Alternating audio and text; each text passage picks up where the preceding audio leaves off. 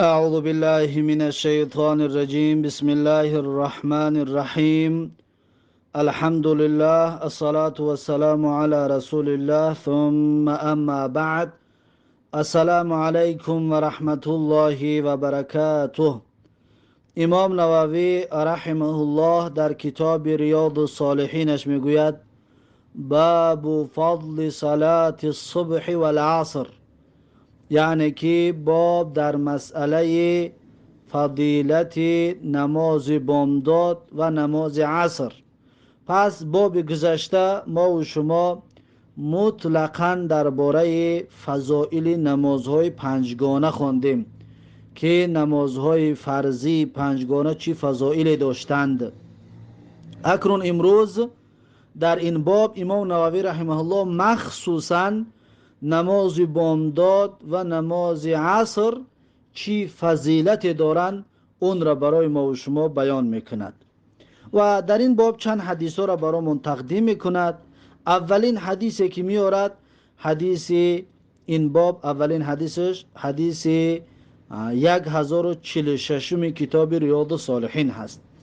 میگوید: عن ابی موسی رضی الله عنه ان رسول الله صلی الله علیه و سلم قال، میگد از ابو موسی رضی الله عنه روایت است، هر آینه رسول الله صلی الله علیه و سلم فرمودند: من صلی البردین دخل الجنت، یعنی هر کسی که بگذارد بخواند بردین را داخل جنت می شود. بردین یعنی چی؟ یعنی نماز بامداد و نماز عصر. بردین یعنی نماز بامداد و نماز عصر. پس پیغمبر صلی الله علیه و سلم میگوید هر کسی که بگذارد نماز بامداد و نماز عصر را دخل الجنت، داخل جنت پرناز و نعمت میگردد. این حدیث متفق علیه است. بعد از این حدیث 1047: و عن ابی زهیر عمارة بن رویبة رضی الله عنه قال، میگوید که از ابی زهیر عماره ابن رویبه رضی الله عنه روایت است که گفت: سمعت رسول الله صلی الله علیه و سلم یقول، میگوید شنیدم رسول الله صلی الله علیه و سلم را که میگوید: لن یلج النار احد صلى قبل طلوع الشمس و قبل غروبها. میگه رسول الله گفت که لن یلج النار احد، یعنی که وارد نمی شود به آتش دوزخ کسی که، یعنی همون شخصی که صلی قبل طلوع الشمس، نماز گذاشتگی است پیش از آفتاب برآمدن، یعنی نماز بامداد، شخصی که نماز بامداد خوانده است، و قبل غروبها، و نماز خواندگی است پیش از فرو رفتن آفتاب، یعنی نماز عصر. پس پیغمبر صلی الله علیه و سلم در این حدیث میگوید وارد جهنم نمی شود شخصی که نماز بامداد را و نماز عصر را خوانده باشد. امام نووی در دوامش میگه یعنی الفجر و العصر، یعنی میگه مقصد از نماز خواندن پیش از آفتاب برآمدن و پیش از غروب کردن آفتاب، میگه نماز بامداد و نماز عصر هست. یعنی کسی که نماز بامداد و عصر بخواند داخل دوزخ نمی شود. این فضائل این دو نماز بزرگ است. رواه مسلم، این حدیث را امام مسلم رحمه الله روایت کردگی است. بعد از این حدیث 1048: و عن جندب بن سفیان رضی الله عنه قال، یعنی که از جندب بن سفیان رضی الله عنه روایت است که گفت: قال رسول الله صلی الله علیه و سلم، میگه گفت رسول الله صلی الله علیه و سلم.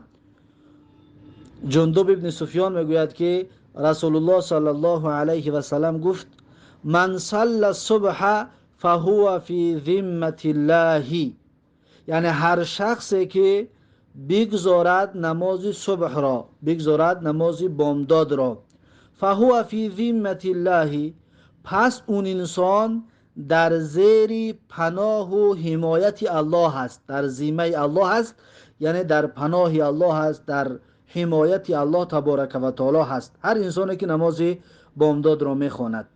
فانظر یا ابن آدم، رسول الله صلی الله علیه و سلم میگوید پس متوجه باش ای فرزند آدم، ای فرزند آدم با دقت باش، متوجه باش، لا یطلبنک الله من ذمته بشیء، پیغمبر میگوید طلب نکند الله تبارک و تعالی از ذمه‌اش به مقابل ذمه‌اش چیزی را، یعنی که متوجه باش که الله تبارک و تعالی از ذمه‌ای که از پناهی که برای تو داده است، از حمایتی که از تو کردگی است، بیشیئین یعنی چیزی را در مقابلش از تو طلب نکند، یعنی تو را مورد سوال قرار ندهد. یعنی چی؟ یعنی صبح که میخیزی نماز بامداد رو میخوانی، پس گناه را نکنی باز که الله تبارک و تعالی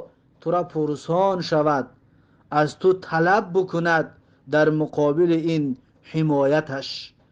یعنی که از گناه دور باش، خیسته سحر نماز بامداد تا بخوان و در نماز بامداد بسیار متوجه باش که نماز بامداد سبب است که در زیر حمایت الله تو قرار میگیری.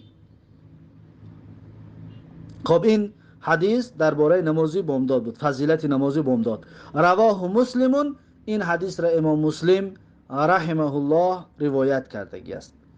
بعد از این حدیثی 1049، حدیثی 1049 امام نووی رحمه الله در زیر حدیث 1049 میگوید و عن ابی هریره رضی الله عنه قال، یعنی که از ابو هریره رضی الله عنه روایت است که گفت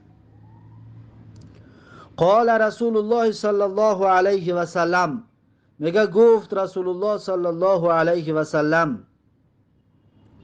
یتعاقبون فیکم ملائکة باللیل و ملائکة بالنهار. پیغمبر گفت یتعاقبون فیکم، یعنی که پیاپی می آید، یعنی دمی در دم، یکی پس از دیگری می آید نزد شما، در بین شما ملائکه های شبانگاه، ملائکه های مخصوص شب می آید، و ملائکه بالنهار، و ملائکه های می آید در بین شما در روز. پیاپی یعنی جایهاشان علیش میکنند، ملائکه های می آیند شب با تو هستند، باز ملائکه های می آیند روز با تو هستند، جای یکدیگر رو عوض میکنند. با نوبت ملائکه ها نزد شما می آیند ای بندگان. و یجتمعون فی صلاة الصبح و صلاة العصر، و جمع می شوند این ملائکه ها در نماز بامداد و در نماز عصر. یعنی این دو نماز فضیلت چه ببین، وقتی اسمین را علیش کردن، نوبت را علیش کردن نماز بامداد و نماز عصر بوده است. وقتی علیش کردنی نوبت دارانی از ملائکه ها که ملائکه های می آیند، این ملائکه های دیگرش باید بروند. وقتی نماز بامداد می آمده و باز در نماز عصر ملائکه های می آیند، این ملائکه ها باید بروند. ثم یعرج الذین باتوا فیکم، پیغمبر صلی الله علیه و سلم میگوید پس بالا می روند اون ملائکه هایی که باتوا فیکم، یعنی شب رو روز کردن در بری شما، در بین شما. یعنی اون ملائکه که شب تا روز همراه شما بودند، اون ملائکه ها بالا می روند و ملائکه های نو آمده همراه شما تا بگر باز می ایستند.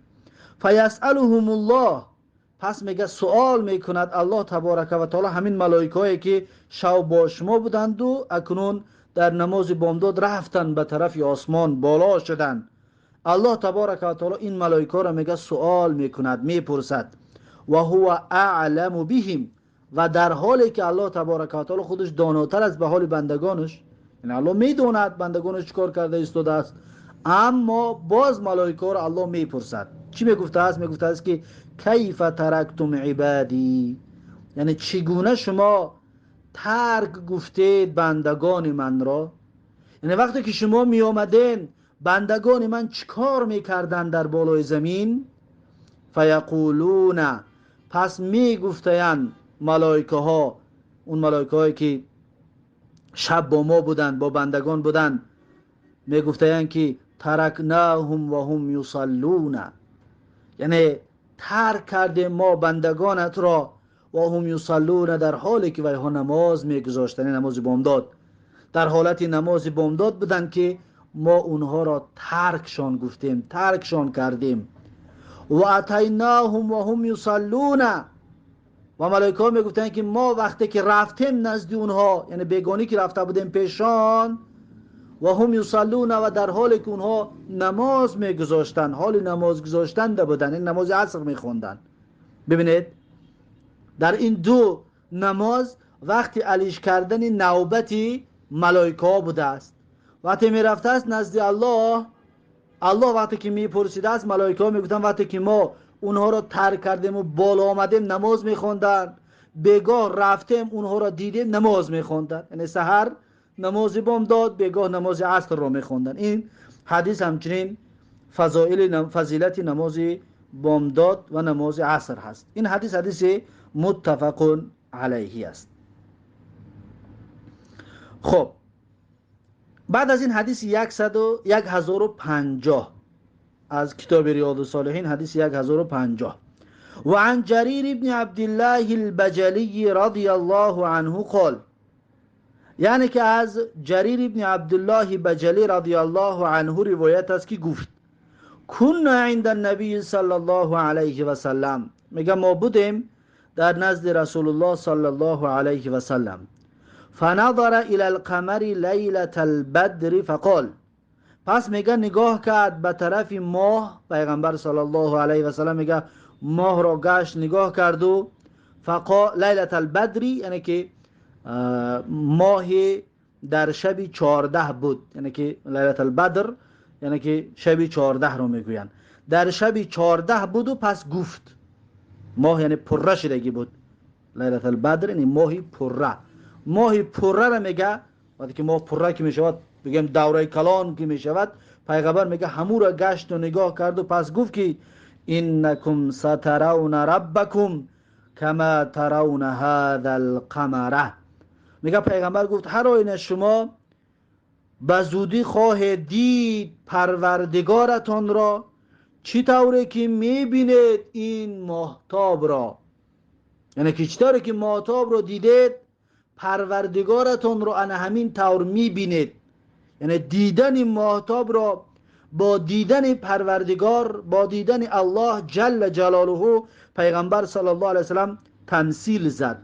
این چیزی که ماه را میبینید هر کس در هر جای دنیا است میبیندش، پس انا همین طور پروردگارتون را شما میبینید. لا تضامون فی رؤیته، یعنی که مزاحمه نیست در دیدن پروردگارتان. ببینید لا تضامون یعنی که مزاحمه نمی کنید، یعنی زحمه و تلپه و کشاکش و جا نرسه به تو یکان کسی دیگر را تیله کنی، این طور نیست. لا تضامون یعنی که تلپه دیگر نیست، دیگر کسی بالای کسی در برآمده و برای دیدن پروردگار بالای یک دیگر نمی برویند، بلکه هر که در جای خودش میشیند پروردگار رو میبیند. فاین استطعتم، پس اکنون پیغمبر صلی الله علیه وسلم میگوید پس اگر که شما میتوانید، یا تا آن اندازه که شما میتوانید، الا تغلبوا علی صلاه قبل طلوع الشمس و قبل غروبها، نباید که مغلوب گردانده شوید شما بر نماز پیش از آفتاب برآمدن و بر نمازی که پیش از غروب آفتاب هست. دیدید پیغمبر صلی الله علیه وسلم گفت که یعنی مغلوب نگردید شما از جهت شیطان، با شما را شیطان فریب نکند که از نمازی که پیش از طلوع آفتاب است، یعنی نماز بامداد، باز نماز بامداد رو ترک کنید. و قبل غروبی ها، یا پیش از آفتاب شیشتن که نماز هست، یعنی نماز عصر، این را باز ترک نکنید. مغلوب نشوید از جانب شیطان. شیطان باز شما را فریب نکند که در این دو نماز تا نخوانده بماند. ففعلوا، پیغمبر صلی الله علیه و سلم میگه پس انجام بدید، بخوانید این دو نماز را. این حدیث هم همچنین دلالت به فضیلت نماز بامداد و به فضیلت نماز عصر میکند. یعنی که این دو نماز فضیلت بزرگی داشته است که پیغمبر صلی الله علیه و سلم بعد از تمثیل زیبایش، دیدن ماه را با دیدن پروردگار، پیغمبر صلی الله علیه و سلم گفت که پس شما تا می توانید کوشش کنید، باز ترک نکنید، مغلوب نشوید، فریفته شیطان نشوید، شیطان شما را مغرور نگرداند، فریب نکند. شما نمازهای بامداد و نمازهای عصرتان بخوانید. ففعلوا، انجام بدید و بخوانید. متفق علیه است. حدیث متفق علیه است. و فی روایت، در یک روایت دیگر آمده است فنظر الی القمر لیلة 14، یعنی نگاه کرد پیغمبر صلی الله علیه و سلم به ماهتاب شب 14. اما بدر، یعنی بعد از پر شدنش، ما وقتی 14 روزه می شود پر می شود، و همچنین لیلة 14 اما 14 هست. یعنی هر دوش یک چیز است، فقط روایت در لفظ است که در اونجا گفت که لیلة البدری، در اینجا میگه که لیلة 14. یعنی هر دوش همون به تاجیکی ترجمهش شب 14. ماهی پر که شب 14 می شود و مثل دیدن همون ماه. پیغمبر به همون ماه نگاه کرده این سخنان زیبا را برای امتانش تقدیم گردانیدند. خب این بود حدیث 1050. بعد از این حدیث 1051 و عن بریده رضی الله عنه قال، یعنی که از بریده رضی الله عنه روایت است که گفت قال رسول الله صلی الله علیه و سلم، بریده میگوید که رسول الله صلی الله علیه و سلم گفتند من ترک صلاة العصر فقد حبط عمله، یعنی هر کسی که ترک کند نماز عصر را، هر کسی که نخواند نماز عصر را، فقد حبط عمله، پس واقعا تباه و بیهوده و بی ارزش شده است عملهای نیک اون انسان. ببینید نماز عصر فضیلت چکی، وقتی نماز عصر نخواندی و ترک کردی، پس عملهای صالح تو تباه می شود، بیهوده می شود، بی ارزش می شود. پس نماز عصر یکی از نمازهای پرفضیلت است که عملهای تو را تازه و شکوفان و خوب نگاه می دارد که ارزشش را از دست نمی دهد. رواه البخاری، و این حدیث را امام بخاری رحمه الله روایت کرده است. پس این بود باب فضیلت نماز بامداد و نماز عصر. با همین این باب به آخر رسید. بعد از این باب فضل المشی الی المساجد است، یعنی که باب در مسئله فضیلت رفتن، پیاده رفتن به سوی مسجد. مشی یعنی پیاده روی را میگویند، قدم زنان رفتن. فضیلت قدم زنان به طرف مسجد رفتن، این چی فضیلت دارد، چی برتری دارد، چی اجر و پاداش دارد، این را انشاءالله درس آینده خواهیم گرفت. پس این بود درس امروزمون. با همین درس امروزه را به پایان میرسونیم و تا درس آینده الله حافظ و مددگار. بارک الله فیکم و جزاکم الله خیرا و السلام علیکم و رحمت الله و برکاته.